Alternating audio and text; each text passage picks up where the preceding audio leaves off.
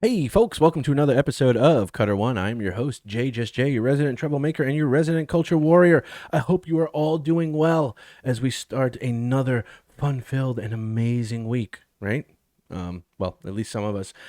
I'm going to have a kind of a crappy week, but that's neither here nor there. I hope you have a great one. All right, let's get right into it. We've got a bunch of interesting stuff. This is coming to us from the Hollywood Reporter. Yep, the Hollywood Reporter right there, and it's from a couple of days ago. And it says Lord of the Rings, Amazon and Warner Brothers ready for Tolkien battle. The David Zaslav led studio hopes to woo back Peter Jackson for more installments, but as Amazon bets big on its 1 billion series, insiders worry that Tolkien's franchise isn't big enough for two rival visions. When Amazon debuted its highly anticipated, most expensive TV series ever made, The Lord of the Rings, The Rings of Poo-Poo, last fall, the company had to contend with a bothersome rival from Warner Brothers Discovery, the Game of Thrones prequel. From Warner Brothers Discovery, the Game of Thrones prequel, House of the Dragon. Warner's picked a debut date for its prestige TV drama 12 days before Amazon's 1 billion gamble launched, ensuring nonstop media and fandom comparisons, many of which were less favorable to the family-friendly Rings. For Amazon, the head-to-head rivalry was all the more galling because Warner's is a minority licensed stakeholder in Rings, so they're ostensibly supposed to be on the same side. Team Ring's public spin concerning the matchup went like this: none of this matters because these shows are totally different.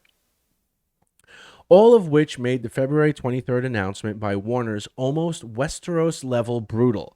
Now the studio is going to make the Lord of the Rings content too. As Warner Brothers Discovery CEO David Zaslav declared in the company's earnings call, Warner Brothers and New Line Cinema made a multi-year deal with Embracer Group to make new Lord of the Rings movies.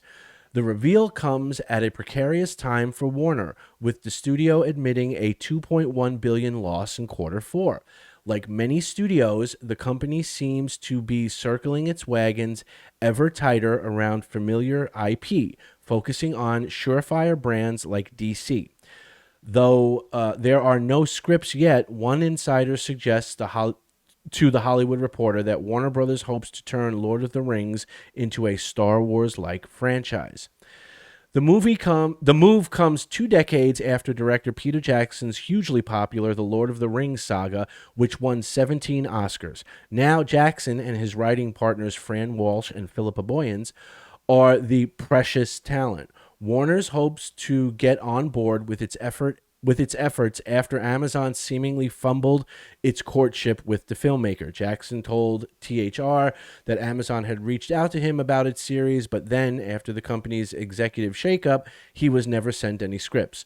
Sources say Jackson and Walsh were very frustrated that so many believed they were involved with Amazon's show and are now engaging with Warner's New Line, curious as to how they'll be stewards of J.R.R. Tolkien's legacy. The deal making was sparked by Embracer taking over Middle-earth Enterprises from the Saul Zaentz company last fall, which gave the Swedish video game company the adaptation rights to The Lord of the Rings and The Hobbit books. The takeover stemmed from a lawsuit between Zaentz and Warner Brothers over whether the studio was fulfilling its development obligations to hold on to its license. Warner had put into production an animated title, The Lord of the Rings, The War of the Rohirrim, to try to meet its fulfillment, which Zaentz deemed insufficient. At any rate, Embracer has now taken over Zantz's position and settled with the studio. Behind the scenes, Warner's film division, run by Pam Abdi and Michael DeLuca, has been striving to keep Amazon from blurring the lines too much between its Lord of the Rings franchise and the TV series, while the streamer took steps such as hiring the movie's composer, Howard Shore, to score its main title theme. Which leaves a key question moving forward. Is Middle-earth big enough for the ambitions of Warner's and Amazon? Studio insiders suggest Warner's focus on The Lord of the Rings and Harry Potter and its recent signing of Akiva Goldsman and M. Night Shyamalan smack of nostalgia for the early 2000s. It's a sign of desperation. They want to make it seem like they are the studio of old, one insider scoffs. The Hobbit didn't leave people wanting more. Amazon has publicly made a 50-hour commitment to Rings of Power and is now filming a second season. According to newly released performance data, Amazon contends the debut season is the streamer's all-time most-watched series, that Rings was seen in part by at least 100 million people, and that it drove more Prime Video signups than the company's 4 next biggest originals combined. Yet the show struggled for widespread fandom acceptance, and its mixed to positive critic reviews suggested that there was room for improvement. Showrunners Patrick McKay and J.D. Payne have acknowledged the ambitious show's startup stumbles and have pledged a bigger and better season 2. Observers say if Amazon is so bullish on Tolkien, it's curious the company didn't snatch up the Xant's rights themselves to avoid all this and establish true Tolkien dominance. The sale closed just before the show launched. Some wonder if the studio will continue marching forward with its 5-season plan if the show's public perception doesn't notably improve. Once again, folks are emphasizing what's different. Warner's rights cover Tolkien's Third Age, which includes fan-favorite characters Gandalf, Aragorn, and the Hobbits, and covers the War of the One Ring, while Amazon is exploring Tolkien's lesser-known Second Age. The creative division presents challenges for both sides. Amazon has to make its epic series out of a period Tolkien wrote little about. Wrong. While Warner's has to figure out how to make movies from a time whose best stories were covered by recent films. Unlike Marvel and DC, which lean on decades of stories from the comic books, or even Star Wars, with its central tale and sprawling galaxy of vagueness to fill in, Tolkien's finest quality is his most vexing for adapters. The world is hugely detailed, yet mainly built to support 2 well-worn tales, and even minor deviations from the lore spark fandom backlash. The result could leave 2 behemoth studios feeling like they're spending billions to fight over Tolkien's creative lembas breadcrumbs. All right, interesting take. Personally, I think this is good. And I said it before, and I'll say it again. I think this was a shot across the bow to Amazon. It's going to force them to up their game. Now, what does that mean? I don't think it means we're going to get something that we actually enjoy watching. I think they're going to double down on the woke nonsense and the crappiness of it.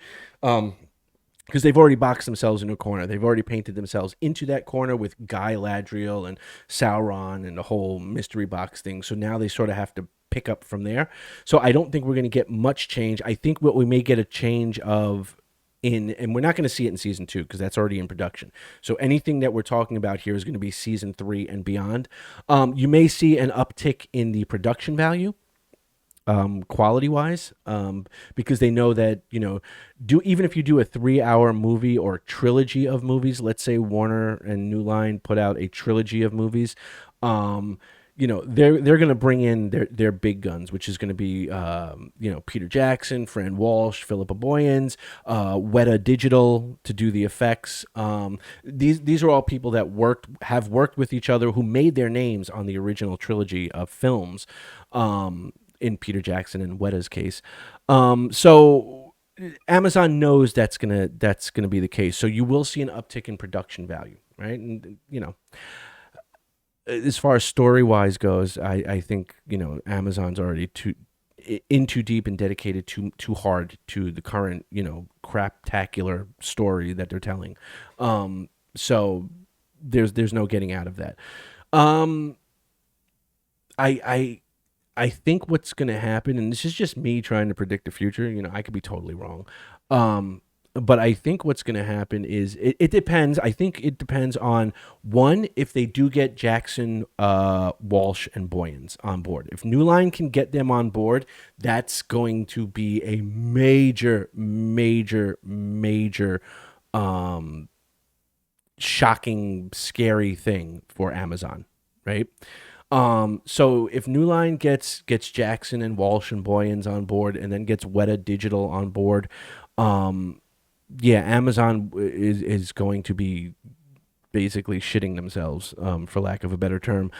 Um, but that's a key thing, is if you actually get Jackson and Walsh and Boyens on board. Now, since Jackson and Walsh and Boyens have also released a statement that they were excited about this news and have been kept in the loop by New Line, it is, it looks good for that to happen. Now, what that means for us fans is we may get a good trilogy done by Peter Jackson and Walsh and Boyens. And I know some people say, well, the last one they did, The Hobbit, that didn't go over so well. But again, remember, Jackson wasn't originally the one who was doing The Hobbit, okay? I believe they had, was it Guillermo del Toro was originally doing that, and then he left the project, and then they brought Jackson in at the last minute. So let's keep that in mind, right? Having said that, yeah, I think if news comes out, if or when the news breaks that Jackson and Walsh and Boyens are officially on board with New Line, and officially they're the ones that are going to be writing and coming up with the script for the next, let's say, a trilogy of movies by New Line, I think that's going to be the nail in the coffin for Amazon, right? I know for me it will be. For me, it would be like Amazon's show is dead, right? I think Amazon's also facing an uphill battle because they screwed the pooch so hard, as most of you folks know, with us fans, that it's going to be hard for them to come back from that. And plus, with like a 2-year time span between seasons, you're not going to retain people's interest for 10 years. You're talking about 5 seasons with 2 years in between each, or 8 years, theoretically speaking. You're not going to keep people's interest in your show for that long, especially when it's a show that crappy. I mean, it's almost universally panned as crap amongst sci-fi and fantasy fans. There is that segment out there that are, just, hanging on to the coattails, so to speak. But, the majority of Tolkien fans are not happy with Amazon's show, and Amazon knows it. Okay. So all that being said, I think this is just, it's good news. I think Warner Brothers, like I said, I think what will determine the outcome of this quote unquote battle for Middle Earth will be if Warner Brothers can get the Jackson team on board. If they get the Jackson team on board, then I think Amazon is just thoroughly fucked, and rightfully so. Now, if they don't, if Warner Brothers doesn't, then everything's still in play, right? Because you don't know who they're going to get on board. You don't know what the quality of what they're going to be able to put out is. Is it going to be movies that are just completely woke and trash, and so in which case Amazon is still quote unquote in the game in terms of Tolkien based content. So I think like the next big thing to wait and see what happens is if the Jackson team signs up with New Line. If New Line gets them on board, Rings of Poo Poo is done. That's just me. That's just my opinion. That's just my thoughts on the process. But let me know what you guys think down in the comments section below. Do you think that that's the next thing we need to be keeping our eyes and ears out for, is word confirmation whether or not Jackson and his team sign with New Line to do another trilogy? That'll be interesting. Oh, my light just died. Anyway, let me know what you guys think down in the comment section below. If you like the video, If you want to share the video, by all means do so. It helps us with the YouTube algorithm. It helps us get seen. If you have not subscribed yet, I would hope that you would consider giving the channel your subscription. We are trying to grow the army of beautiful badasses as we hold the line in defense of the professor's work and his artistic endeavors. And if you are a returning subscriber, as always, thank you from the bottom of my heart. It means the world to me. All right, folks, that's going to do it for me for this one. Let me know what you think down in the comment section below. Until then, I will see you on the next one. Remember to be good, be safe, be awesome, but more importantly, stay more dorkish. Peace.